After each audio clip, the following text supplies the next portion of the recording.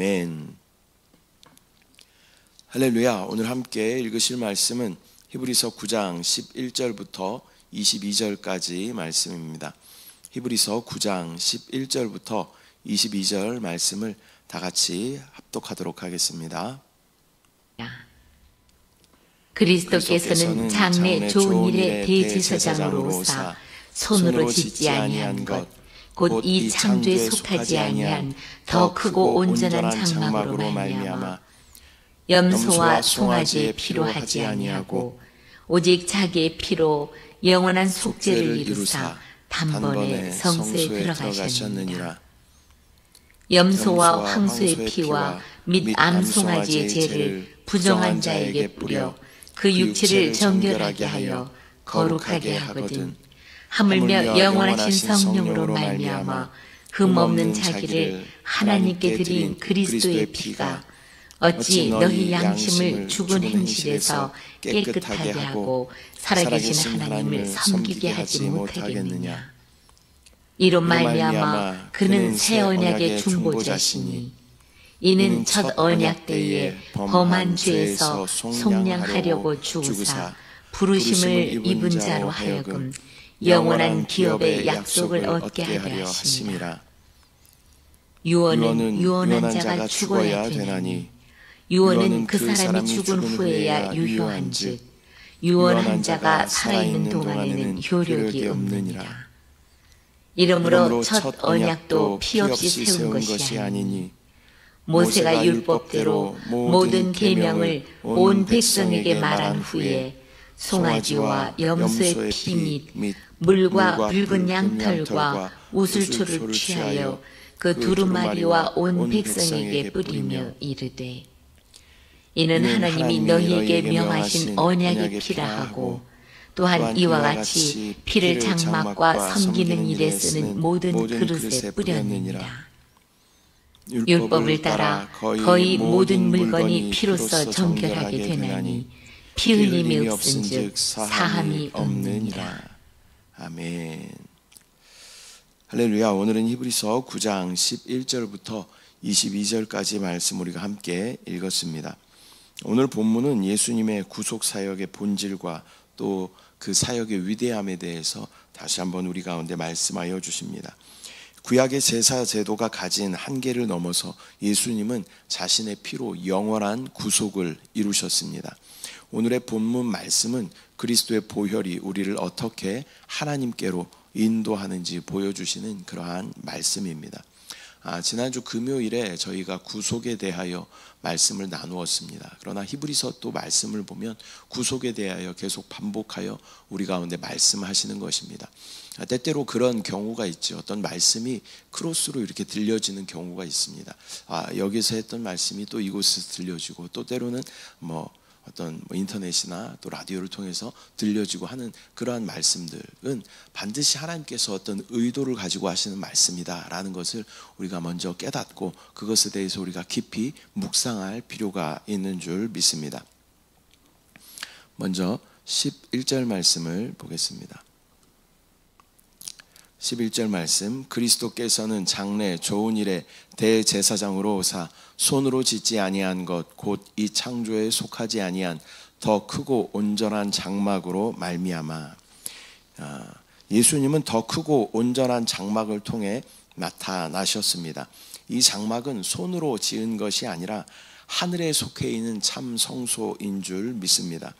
이 땅의 대제사장들은 한계가 있었습니다. 그렇기 때문에 계속 이 제사장들이 바뀌었겠죠. 어떤 또 이 육체에 어떤 한계가 있었습니다. 나이가 많아지면 그 일을 감당할 수 없게 되어서 또 다른 제사장이 세워져야 하는 것입니다.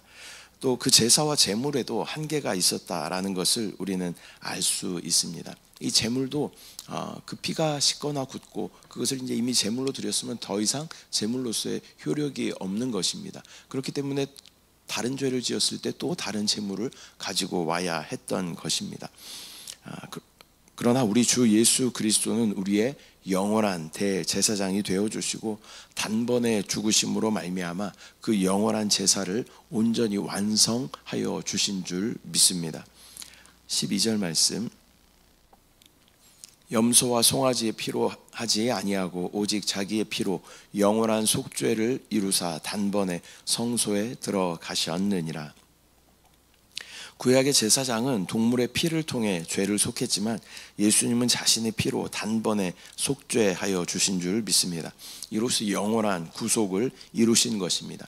구약의 제사의 원리를 보면 죄를 지은 사람이 제물을 가지고 오죠. 형편에 따라서 소를 가져오기도 하고 양이나 염소나 비둘기를 가져옵니다. 그리고 자기의 죄를 그 동물에게 안수하여서 자기의 죄를 그 동물에게 전가시키는 것입니다. 그리고 그 동물을 죽임으로 말미암아 피 흘림으로 말미암아 죄 사함을 받는 것이었습니다.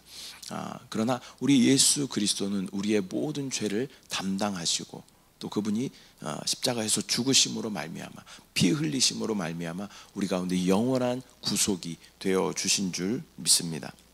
그 예수님의 보혈은 우리의 죄를 단번에 씻으셨습니다.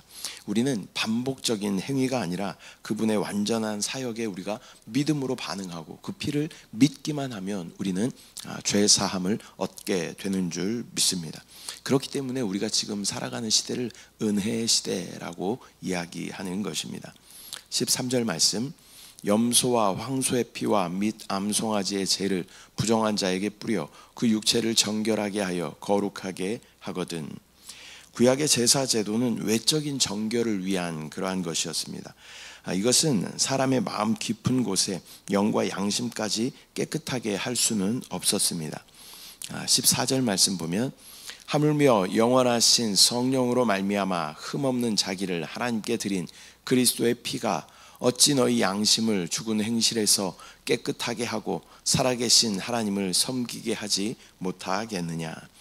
그러나 예수님의 피는 우리의 양심을 정결하게 하여 하나님을 섬기게 하는 것입니다. 이것은 단지 외적인 정결이 아니라 내적인 변화와 또 영적인 새 생명을 가져오는 것입니다. 우리는 이 그리스도의 피로 마음과 또 양심이 깨끗해져야 합니다. 이를 통해서 하나님을 기쁘게 섬길 수 있는 것이죠. 이것은 영의 구원을 의미하며 또 거듭남을 의미하는 것입니다. 또한 하나님과의 거리낌이 없는 그러한 상태를, 의로운 상태를 의미하는 줄 믿습니다. 15절 말씀, 이로 말미암아 그는 새 언약의 중보자시니 이는 첫 언약 때에 범한 죄에서 속량하려고 주구사 부르심을 입은 자로 하여금 영원한 기업의 약속을 얻게 하려 하심이라. 예수님은 새 언약의 중보자로서 죄를 용서하고 또 우리를 영원한 기업으로 인도하여 주십니다. 이것은 옛 언약과의 근본적인 차이를 보여주시는 것입니다. 16절 17절 말씀, 유언은 유언한 자가 죽어야 되나니 유언은 그 사람이 죽은 후에야 유효한즉 유언한 자가 살아있는 동안에는 효력이 없느니라. 유언은 유언한 자가 죽어야 그 효력이 있는 것입니다. 마찬가지로 예수님의 그 죽음은 새 언약을 확증하는 필수적인 그러한 사건이었습니다. 우리는 이 새 언약 아래에서 예수님의 은혜로 살아가는 것입니다. 예수님의 죽음이 우리에게 가져온 이 구원의 확실함을 붙잡을 때 우리에게는 자유와 평강이 넘치게 될 줄 믿습니다. 우리에게는 영원한 보증이신 이 예수 그리스도의 보혈이 있다라는 것을 우리는 믿음으로 바라봐야 할 줄 믿습니다. 사단은 우리가 죄를 지을 때마다 우리 가운데 와서 우리를 참소합니다. 그리고 우리 가운데 죄책감을 계속 심어주는 것이 사단이 하는 것입니다. 그러나 우리에게는 영원한 보증, 예수 그리스도의 보혈이 있음을 믿음으로 바라보고 사단의 꾀임에 속아 넘어가는 것이 아니라 그것을 우리가 담대하게 당당하게 맞설 필요가 있는 것입니다.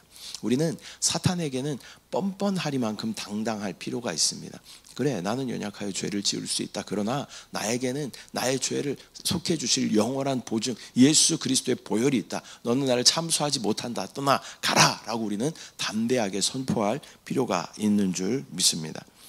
18절부터 20절, 이러므로 첫 언약도 피 없이 세운 것이 아니니 모세가 율법대로 모든 계명을 온 백성에게 말한 후에 송아지와 염소의 피 및 물과 붉은 양털과 우슬초를 취하여 그 두루마리와 온 백성에게 뿌리며 이르되 이는 하나님이 너희에게 명하신 언약의 피라 하고, 모세는 언약을 세울 때 피를 뿌려 백성에게 그 언약의 효과를 확증했습니다. 이것은 피 없이는 죄 사함이 없다라는 것을 다시 한번 강조하여 주시는 말씀입니다. 21절부터 또한 이와 같이 피를 장막과 섬기는 일에 쓰는 모든 그릇에 뿌렸느니라. 율법을 따라 거의 모든 물건이 피로써 정결하게 되나니 피 흘림이 없은즉 사함이 없느니라. 구약의 제사 제도와 언약의 체결 과정은 모두 피 흘림을 통해서 이루어진 것입니다. 이것은 예수님의 보혈을 통해 완성될 구속을 예표하는 것인 줄 믿습니다. 예수님의 피는 우리의 구원을 보증하는 근거가 되는 것입니다. 우리는 그 피로 인해서 하나님과의 관계가 화목하게 되었음을 매 순간 기억하며 하나님 앞에 담대하게 나아가야 할 줄 믿습니다. 예수 그리스도의 보혈에는 놀라운 능력이 있습니다. 그 보혈은 우리의 모든 율법의 저주에서 우리를 속량하여 주시고 또 죄에서 우리를 용서하여 주시고 죄의 흔적까지도 깨끗하게 하여 주시고 우리를 거룩하게 하시고 의롭게 하시고 그 결과 우리는 하나님과 화목하게 되는 놀라운 축복을 누리게 되는 줄 믿습니다.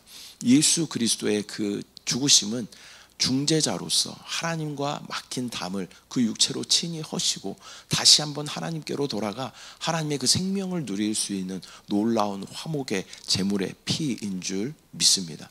우리는 그 피를 의지하여 순간순간 하나님 앞에 나아가야 할 줄 믿습니다. 오늘은 히브리서 9장 11절부터 22절까지 말씀을 우리가 함께 나누었습니다. 오늘의 본문은 예수님의 피가 가진 그 능력과 또 새 언약의 은혜를 선포하여 주시는 말씀입니다.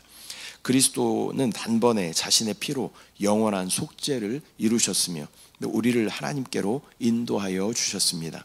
우리는 이 예수님의 보혈로 인해서 용서함 받았음을 믿음으로 받아들이고, 이것은 믿음으로 받아들이는 문제입니다. 그것을 내가 믿기만 하면 그 놀라운 구속의 은혜는 우리 가운데 여지없이 나타나게 되고 적용되는 것을 우리가 믿음으로 바라봐야 할 줄 믿습니다.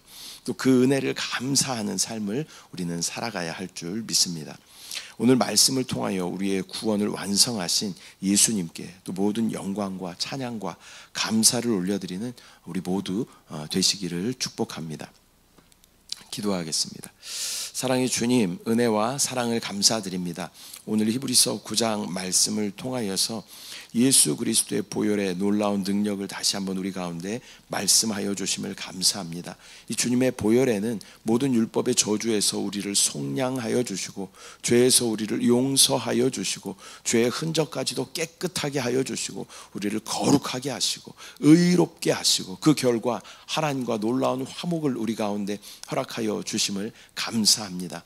예수 그리스도의 그 보혈로 말미암아 그 보혈을 우리가 의지할 때마다 우리는 하나님 앞에 당당하게 나아갈 수 있음을 믿음으로 바라볼 수 있도록 주여 인도하여 주시고, 그 피는 절대 식거나 굳지 아니하고 동일하게 우리 모두에게 넉넉하게 역사할 수 있는 보혈임을 우리가 믿음으로 바라보게 하여 주시옵소서. 그 보혈을 힘입어 주님 보좌 앞에 나아갑니다. 주여, 사단은 때때로 우리 가운데 와서 우리의 죄를 들추며 또 우리 가운데 참소하며 우리 가운데 죄책감을 심어주지만 우리에게는 영원한 보증이 되시는, 우리의 기업의 보증이 되시는 예수 그리스도의 보혈이 있음을 믿음으로 바라보게 하여 주시옵소서. 그 보혈을 의지하며 주님 앞에 기도하며 나아갑니다. 성령 하나님, 우리 가운데 충만하게 역사하여 주시고 응답하여 주시옵소서. 역사하신 주님을 찬양합니다. 주님을 사랑합니다. 감사드리고 예수님의 이름으로 기도드립니다. 아멘. 하늘에 계신 우리 아버지여, 이름이 거룩히 여김을 받으시오며 나라가 임하시오며 뜻이 하늘에서 이루어진 것 같이 땅에서도 이루어지이다. 오늘 우리에게 일용할 양식을 주시옵고 우리가 우리에게 죄 지은 자를 사하여 준 것 같이 우리 죄를 사하여 주시옵고 우리를 시험에 들게 하지 마시옵고 다만 악에서 구하시옵소서. 나라와 권세와 영광이 아버지께 영원히 쌓옵나이다. 아멘.